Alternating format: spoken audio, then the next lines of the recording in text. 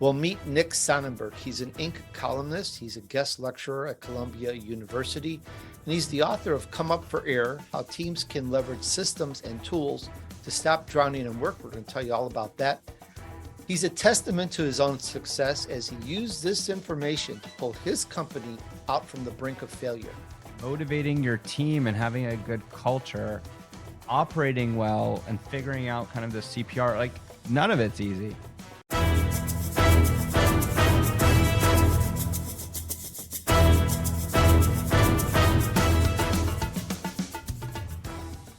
Welcome, fellow entrepreneur, and thanks for joining in with us. I think if you're like me, that you want to get as much done as possible every day. In fact, you want your team members, your affiliates, your virtual assistants, and everyone that does work for you, you want them to get as much done as possible every day. Am I right so far on that? Of course, it's a no-brainer. We all want efficiency and more of it. And that's why we listen to this show every week, or at least I hope that's why you listen to this show every week, to hear from those who've made it to the top of their category and who share tips, advice to help us get up there as well with them, help us get there as well with them so that we're all up there a whole lot faster. You know what I mean?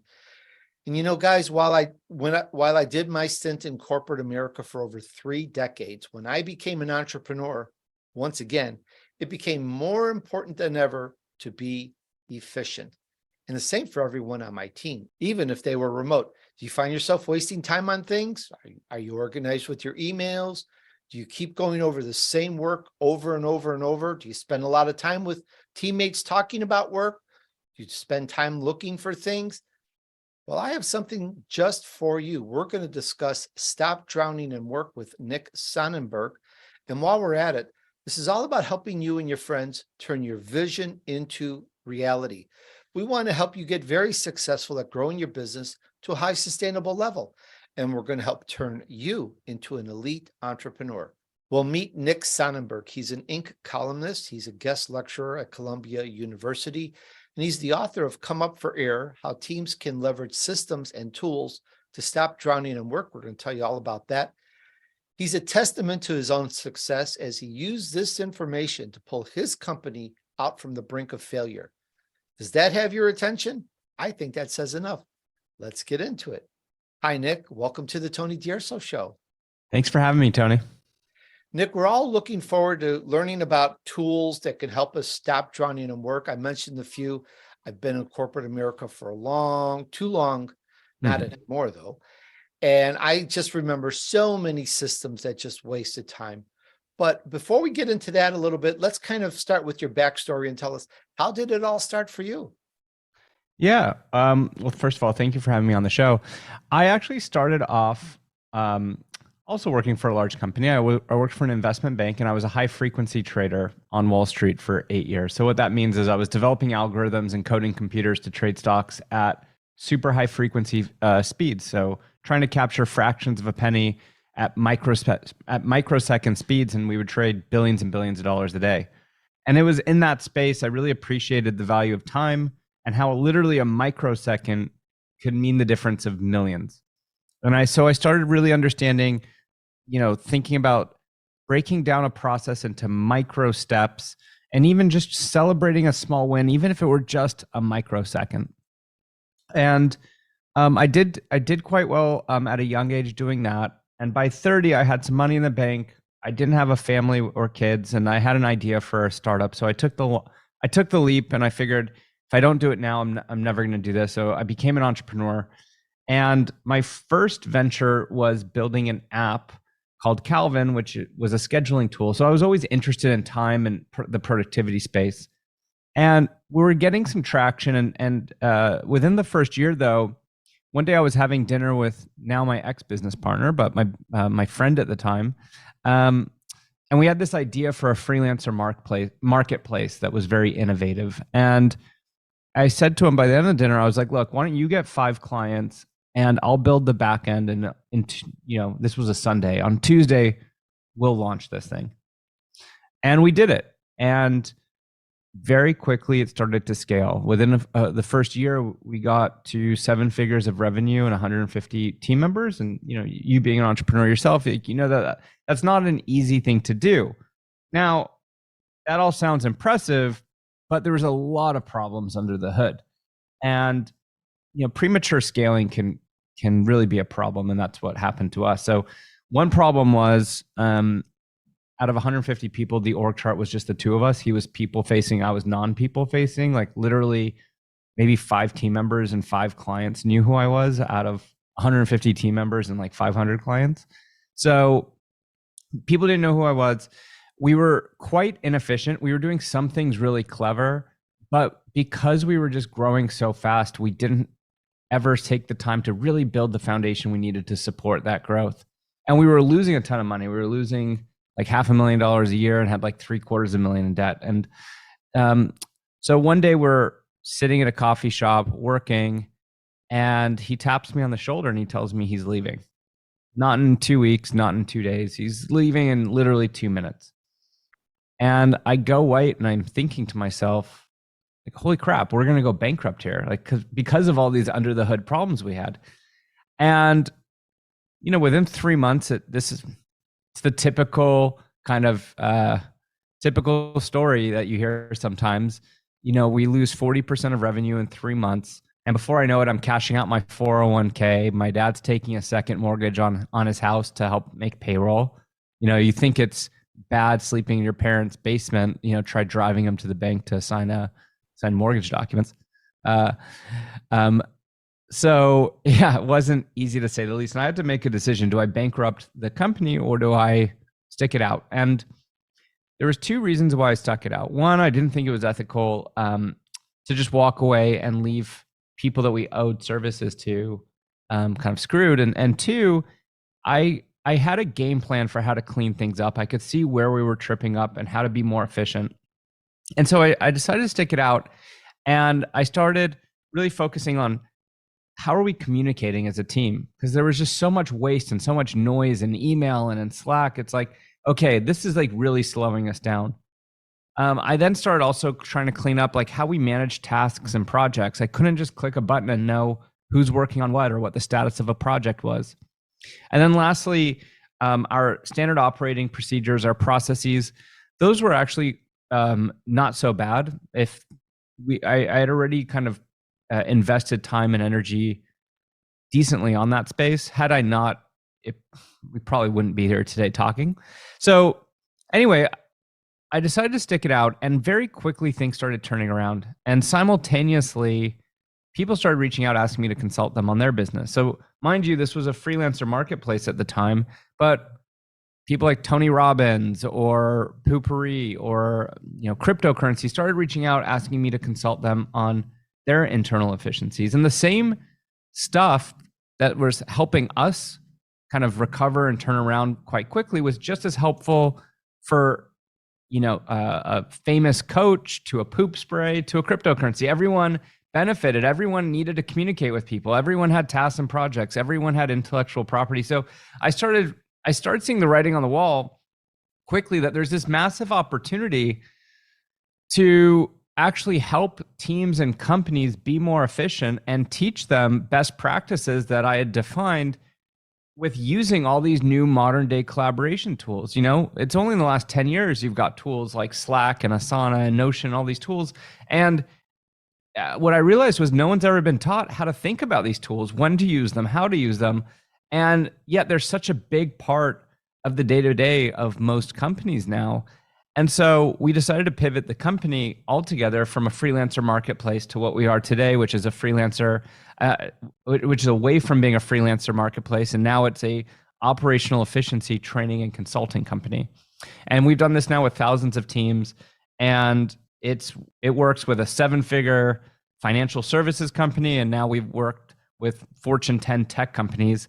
And we found everyone needs to communicate with people. Everyone's got a plan that they need to manage tasks and projects. Everyone's got their resources, their SOPs, and their processes. So my framework is CPR, and that's what we help businesses with.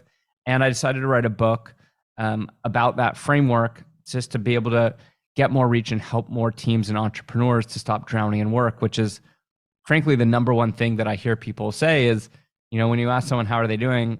Everyone's saying that they're drowning in work. And that's why we titled the book, Come Up for Air, subtitle, How Your Team Can Leverage Systems and Tools to Stop Drowning in Work.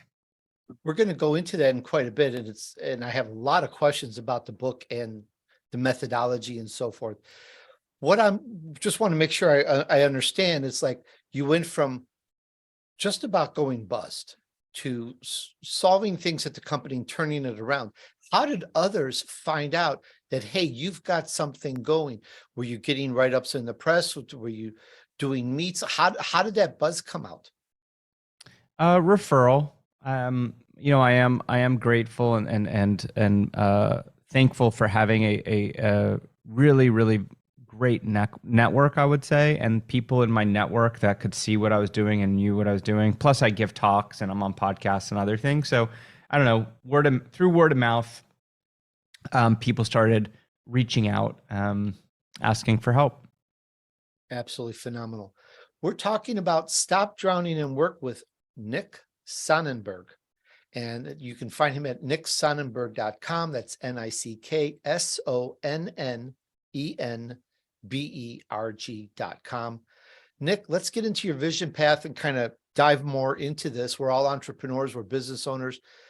Please help us learn. So let's see. I'm just kind of going through your material here. Let's start with, how about everyone on the team gaining time in their productivity?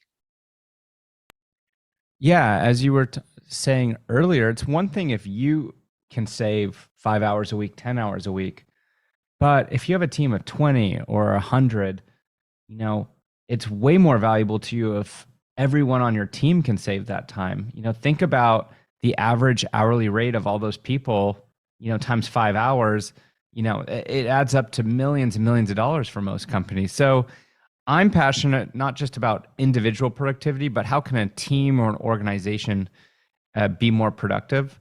And it's not just about saving time that you can then go and reinvest, into the next project or the next thing you need to do, but it also makes work easier, less stressful. It allows you, your team members to go on a vacation and not have to be kind of tied to their computer the whole time.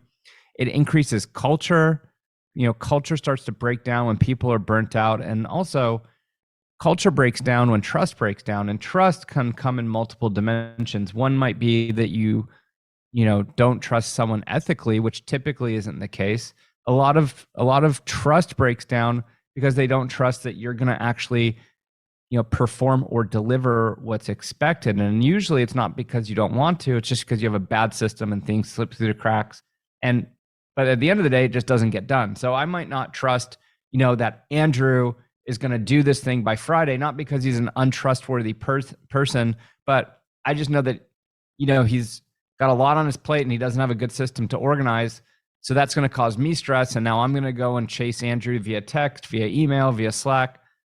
So I'm going to ping him 3 times, 4 times, and it's causing me anxiety doing it in the process. And all of that, if that happens once, it's not a big deal. But in most companies, when you don't have operational efficiency and you don't have this framework, it's constant that you're having to chase people. And that does bleed not just into productivity and, kind of bottom line efficiency, but it bleeds into culture. And on average, we've seen about a full business day a week back per employee when you align them on best practices of not just how to use these tools, but when to use the tools and when not to use the tools. So, if you can give everyone 20 to 40% productivity gain, what does that do? Well, on a cost basis, what's your payroll? Times it by 20%, 30%, 40%. And that's kind of some bottom line savings. But aside from that, it also allows you to get more out of your current staff. There's 3 ways to increase capacity. You can hire more people. Usually that's the most expensive way. You've got to pay for recruiting, onboarding, training. You've got to pay a salary. And every person you add to your team adds exponential complexity. Oftentimes, we've all been there where you think, oh, I just need to hire another person and all my problems are going to go away. Yet to find actually now this person's reporting to you and you've got to train them, and now information is easier to get lost. and it's actually not giving you all the benefits you were dreaming of. So usually hiring people is a really expensive way to increase capacity. A second way is you just tell people to work 100 hours a week. Turns out people tend to not like that. And then the third way is, how can we get more out of what we already have? And that's what I'm passionate about. And by focusing on operational efficiency, it's going to really put downward pressure on your need to hire people. And that's going to not just save you payroll and the recruiting costs, it's also going to allow you to keep a smaller team, which is much, much easier to operate and manage. Change is so much easier when you're smaller than when you're bigger. And it's an exponential phenomenon. It follows a law called Metcalfe's law, which is a networking effect law. Every node that you add to a network adds exponential more ways that information can get lost, transferred. And so, I'm really, really, really passionate about how can you get the most out of what you have without needing to add the extra costs and complexity. Totally with you on that. And as you were going into this, not that you meant to, it just took me right back in corporate world here. And I started thinking as well of trust was the biggest, toughest thing. Back in the day, I'm doing close to $1 million a year in sales. And believe it or not, the biggest, toughest problem was trust. I could sell it, but then I knew that it would only through experience. I knew it, not that I wanted it, but it would get butchered. It would get messed up. It would have to be fixed. It would have these issues, which in a way made me want to sell less, even though it was my job to sell more. It was very weird. And it was all because of trust, because I could not trust that the operations team would take this sale, this beautiful relationships I set up, this beautiful sale, and actually do something proper with it that they're supposed to do, that they can. And it was just one after the other would get messed up. And it was just, trust is so big. And this is all going through my mind while you're talking about it. And I'm thinking, I'd like to learn a little bit more of how you solve that trust factor. I don't know that it's the thing today, but for me, it was the thing on how to solve. Well, I do think that this framework that I describe in the book and what we do at Leverage is the solution to it, because what it does is it gives you a framework. Think of it like drawers. You've got communication drawers, and then there's sub drawers. You've got personal communication, external communication, internal communication. But you've got like kind of three major drawers. You got communication drawers, planning drawers, you got your resources, and then there's sub drawers within those. And within each of these drawers is information. And the name of the game is to know exactly what drawer to open to find what you're looking for, to find the information. And oftentimes what happens is when you're busy and you're overwhelmed, you start playing this game of hot potato where it's just like, take it. And you just start optimizing to just play hot potato and transfer stuff to people, which means, sometimes I might text you, Tony. Sometimes it could be a Slack message.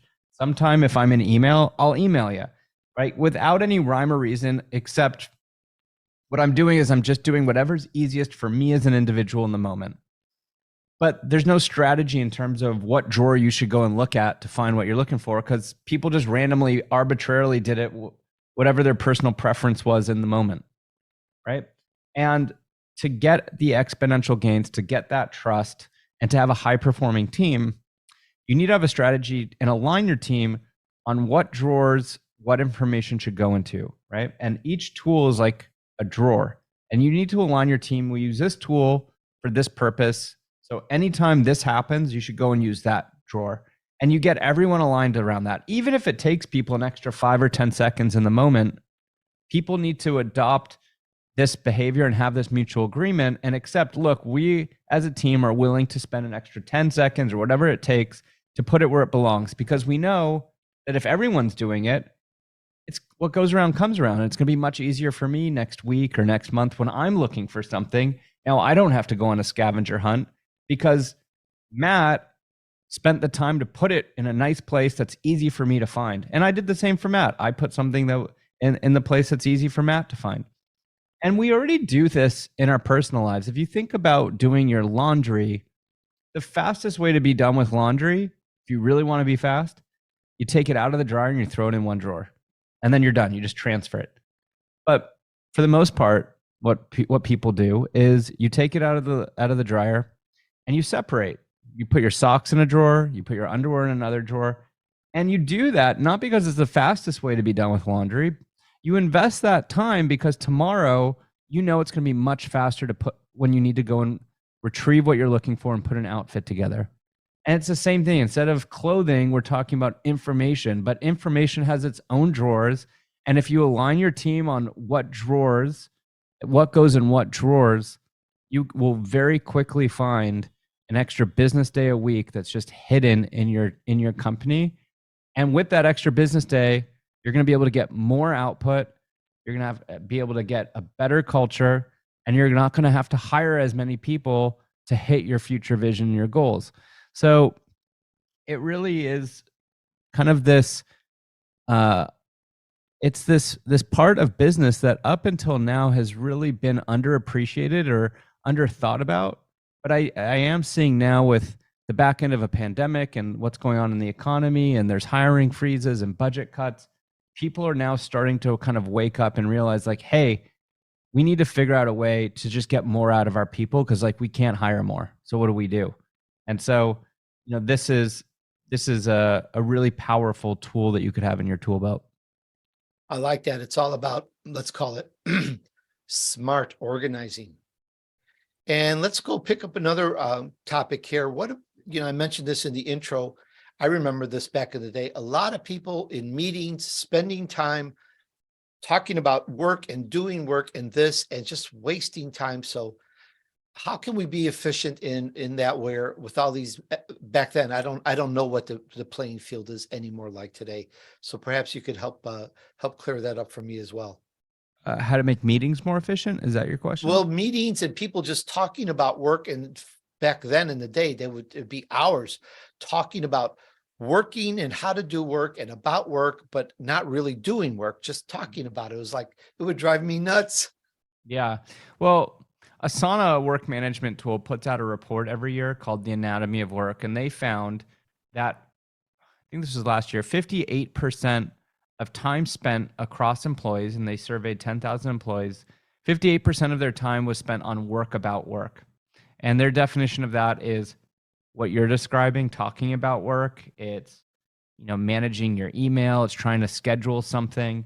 It's going on a scavenger hunt, looking for a document that's disorganized, right? So around only 40% of people's time is actually spent on meaningful work. It's quite staggering, the problem that you're describing. And the reason for it is multiple part. One, this scavenger hunt and misalignment of, your team just not knowing how to collaborate together as a high performing team, and aligning on a framework and understanding, when and how to best use collaboration tools. And meetings also plays a huge role in this. Meetings are a big source of inefficiency in corporate America right now. There's billions and billions of dollars wasted every year in unproductive meetings. I think the number was like 38 billion last year, if I recall correctly. And the irony is, a lot of the meetings that people had were about how to be more productive. So meetings are a huge source of inefficiency, and you can clean that up quite quickly without really even needing any fancy technology. We recommend a tool called Fellow.app, which is a agenda tool. But you don't even have to. You could also just apply some best practices and kind of work your way into that tool. We're really liking it because if you think about the number of meetings you have, having like a really robust kind of one-stop shop for all the agendas of all your meetings is really, really valuable. But the thing that I'm seeing in companies is, one, there's a lack of awareness of the cost of meetings. And so first step is really being aware meetings aren't free. If you got an hour-long meeting with 4 people and the average hourly rate is $100 an hour, that's a $400 meeting. If you can cut it to 45 minutes, you just saved $100. Now it's a $300 meeting. That's not going to make or break your bank account one time. But when you think about all the meetings that happen each week, each month, each year, all across the company, you're talking a lot of money. And so there's a few things that you should be thinking about. Every meeting, you should really be thinking, does this meeting need to have as many people as it currently has? The second is, does it need to be as long? Oftentimes, you kind of just fill whatever time you're given. So an hour-long meeting, you most likely could probably still accomplish the same in 45 minutes, right? If you put some constraint on it. I believe that. Another thing too is a lot of things that are happening in meetings should not be live. They should be done asynchronously. Meetings, the purpose of a meeting should be to make a decision or brainstorm something. If your meeting is really someone just sitting there talking at you, sharing a screen of some report that they put together, that shouldn't be a live meeting. That should be recorded and sent to you asynchronously. And then on your own time, you can go and watch that during lower value time, right? So time isn't linear. 9 a.m. on a Monday is a far more valuable time slot than 7 p.m. on a Friday after you've had 100 Zoom calls and you're brain dead and you're in the back of an Uber and you don't have your laptop, right? So it's not just about saving time, it's about optimizing time. That time slot at 9 a.m. on a Monday might be worth $500 an hour to you, and 7 p.m. on a Friday might be worth $20 an hour to you. So even if you can shave off 15 minutes of a meeting at 9 a.m. on a Monday, that might be a $500 an hour time slot. You might have just saved $125, but with just that 15 minutes. And now you go and watch that video on that Friday night on the back of an Uber or whenever you want, but you do it during times like where you're not doing anything of significant importance. And so it's not just about saving time, it's optimizing time. And it's really analyzing what aspects of the meeting could be shifted to asynchronous and give people the flexibility to watch it on their own time. And also, if it's asynchronous, you can rewatch it multiple times. You could watch it at 2x speed. I'm watching a lot of the videos at 2x speed, so someone had, 10 minutes live. It takes me 5 minutes to watch asynchronously. Good points there. Very good points. Yeah. So what else? Oh, and then lastly, I would think to yourself, do you even need the meeting at all? Oftentimes, a lot of things could just be solved with no meeting. Just maybe an email or some document circulating around that people could answer or comment on. And Nick, we talked about this just a little bit. We mentioned it, but I'd like to drill into it a little bit, and that is finding stuff. Where's this document? Where's this? Where's this? We used to spend too much time looking for things back in the day. How's it organized now, and how can we be more efficient in where information is stored? Well, my CPR framework really is kind of that guideline into where information should be stored. So you have communications that happen in companies. So external communication should be in email. Internal communication should be in Slack or Microsoft Teams, and save your text for personal. And these are guidelines. If the building's burning down, you can text someone, do what it takes. But I'm just trying to give some general guidelines. Then you've got a need for work management tools. That's where things like Asana fit in, right? And a lot of people don't understand what should go in a communications tool versus a work management tool. So an example I like to use is, imagine that you were to take your team camping in the forest together. You would need walkie-talkies to communicate with each other, but you still need a map to navigate out of the forest. So email, Slack, text, those are walkie-talkies. That's our chit chat, right? Hey, Tony, there's pizza in the water cooler, by the water cooler. Or, hey, welcome Nick to the team, like announcements, right? There's nothing like you need to do by Friday, right? But if it's like, hey, Tony, could you edit this podcast episode by Friday? A lot of people make the mistake of putting that in a communications tool, whether it's email, Slack, or some combination of both, which is even worse, right? That is something where I need to hold you accountable. I want to be able to click a button and know, what did I ask Tony to do this week? Did it get done or not get done? And communication tools are not built to hold people accountable and to know what got done, what needs to get done, what's the status of something. Communication tools are built to communicate. So you need to first understand what should go into what type of tool. And then you need to have, for your resources, you want to be documenting your digital knowledge, your core values, how you onboard a new team member, how you do payroll. This is all intellectual property that should just be 2 clicks away for anyone to find without having to bother you or their manager to go and ask questions that they could just self-serve answer themselves. Good points. Good points there. And I will leave that. I'm not familiar with some of the software these days like Asana, and I'm not really good on Slack. I don't deal with that sort of stuff anymore. So I'm sure everyone else will understand it. And somewhere along the line, so will I. I'm just being silly. Let's talk about optimizing and organizing our email. Like, you talk, and that's why I bring this up, because there's different ways and different places to communicate. And you wouldn't email me that the pizza's by the water cooler. You wouldn't text me. I don't know how you would tell me in today's corporation. Is it Slack? I don't know. If we're on the same team, I would send you a message on Slack or Microsoft Teams, because that's our internal communications tool. And even if you're a small team of 3 or 5 people, there's still a huge benefit. Even if you don't use these tools properly, just separating out, hey, internal communication, we use Slack or Teams, external, we use email.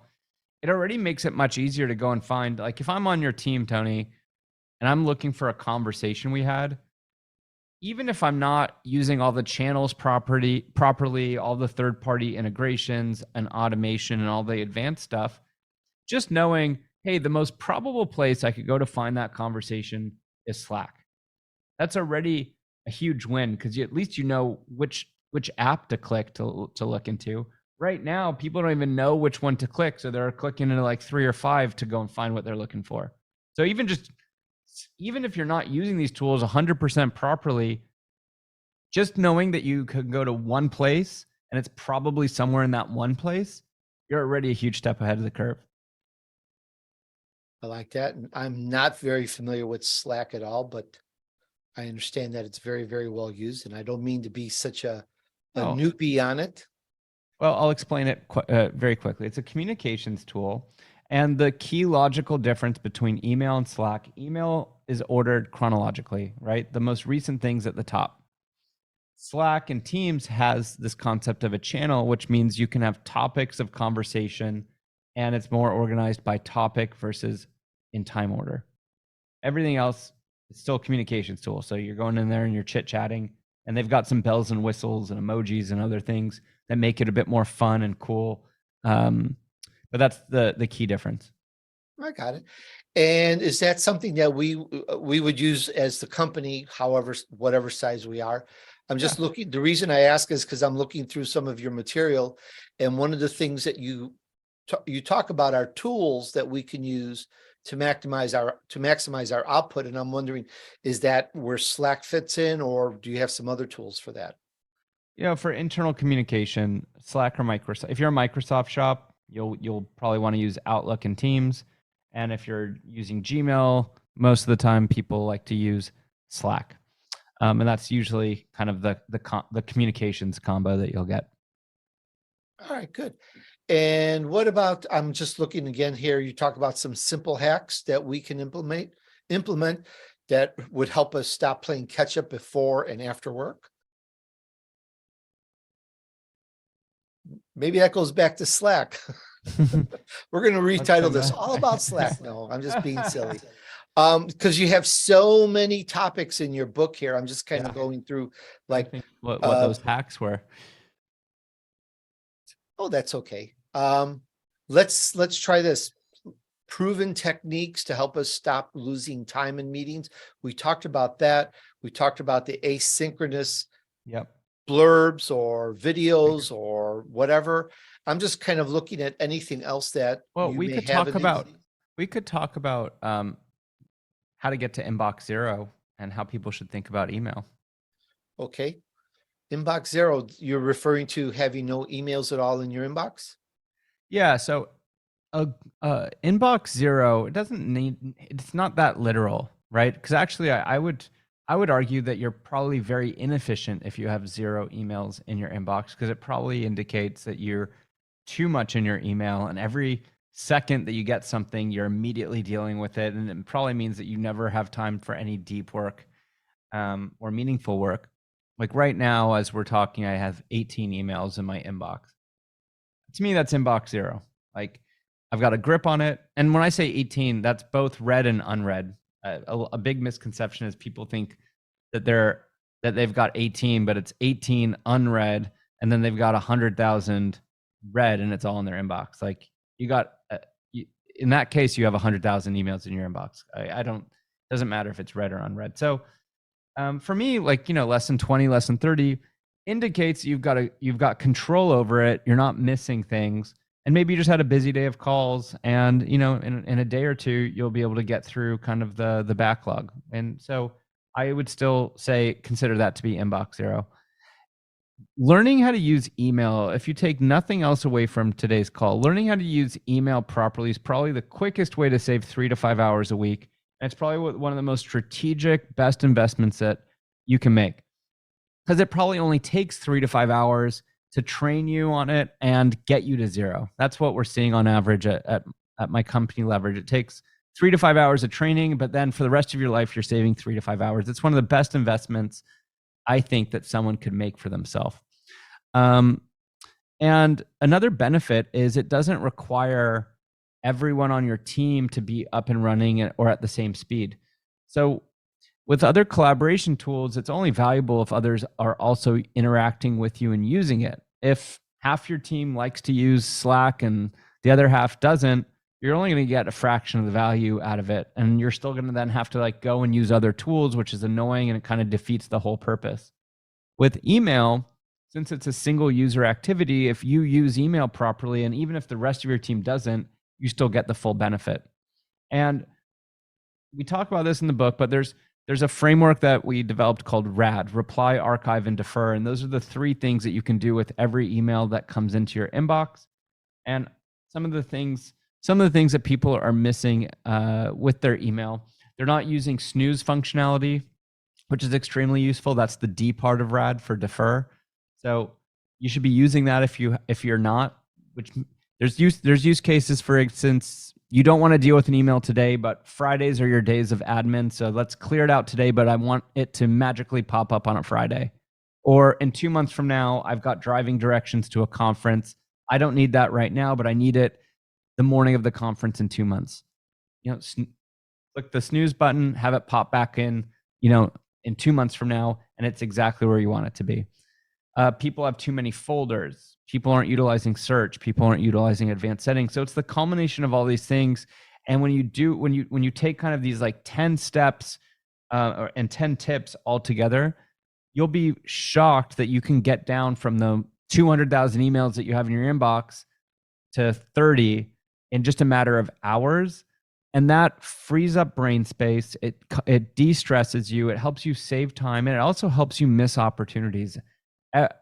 Every single time my team does this with clients, at some point in the process, they have to stop and they say, oh my God, I can't believe 2 weeks ago I missed this email. This email was worth 10 grand, 50 grand, whatever it was. Let me just take 5 minutes, please, to respond to this, because I can't believe I missed it. So it also helps to avoid missing important messages that you don't want to miss. Interesting. I use a Mac system, and I use the Mac Mail, and I have flags. So I get tons of emails asking for interviews on my show. I put a flag on it. I set it aside. It's like it's its own box. And, every day I go through and I check, okay, who's gonna move through the queue on getting interviewed or not. But aside from that, I just checked. I have 6 emails. I just kind of keep it. It's not like a whole lot going on here sometimes. That's great. But then if I don't stay on it, it can roll up to within a week, 100. It goes fast. You have Sure. to, the thing I find on emails is you have to keep on it and set aside some time every day. Otherwise it grows like a monster. For sure. One last question, Nick, I want to ask. We talked about when your business was about to go apart, and uh, it was like a big failure happening. And I'm wondering, what about challenges? What was the biggest challenge you've had in growing your business? Oh, I mean, there's so many challenges with growing. I came into business a little bit cocky, if I'm being honest. I thought high frequency trading was probably like, if I could figure out high frequency trading, and I have a master's in financial engineering from Berkeley, like I'll figure it, there's so much that's difficult. Figuring out your marketing and how to attract clients, figuring out product market fit, figuring out, your pricing, motivating your team and having a good culture, operating well, and figuring out kind of the CPR. Like none of it's easy. Totally understand. Totally. Know what it's like sometimes. You don't know what's ahead, Uh, the next corner or the next curve. for, for sure. It's an adventure. But what I do know is it's hard to be strategic and figure out long-term vision and work on high-level strategic initiatives and get new clients and figure out it's hard to do all those things if you have no time. And that's why I've been so passionate about this operational efficiency stuff, because at the end of the day, the more space you have and the more time you have, the easier it is to solve all those other problems that I was just talking about. Great. Once again, we spoke about Stop Drowning in Work with Nick Sonnenberg. You can find him at nicksonnenberg.com. Nick, some great points here. You kind of, you pulled me back into the corporate world, and then you kind of refreshed me on how people are doing it today. Amazing. I'm glad we have people like you to help us. Thank you so much for sharing with us today. Thanks for having me on the show, Tony. Hey, thanks for hanging out with me while I featured an elite entrepreneur who took his vision to reality. We spoke about Stop Drowning in Work with Nick Sonnenberg. This really took me back into my corporate days, as I've talked about. And I'm so impressed he was here on the brink, on the verge of bankruptcy, and he just took it and saved it and took it up with these important points. That's how important and vital these points are. And he just talked about some of them. The rest are in his book, which you should get. We talked about things like, well, everyone on the team gaining time in their productivity. We talked about dealing with people who spend a lot of time on meetings that talk about talk about the work, but don't do the work. I've been through too many of those. We talk about finding things where information is stored for the company. I've been there, done that, and trying to find where's what. So we talked about organizing it, a very smart organizing on that. We talked about how you can save a few hours a week just by optimizing your email. He brought up some great tools that we can use to maximize our work. We talked about challenges in his business. Let me ask you this. What hit home with you? What resonated? Please let me know and share this with a few friends to help them too. That's what friends are for. All right, let's use this and let's help you move on your journey to success. Thanks, and remember, just take action. Success awaits those who persevere and remain steadfast despite the odds. Sow good seeds, do good deeds, and join me on the next episode of The Tony DUrso Show.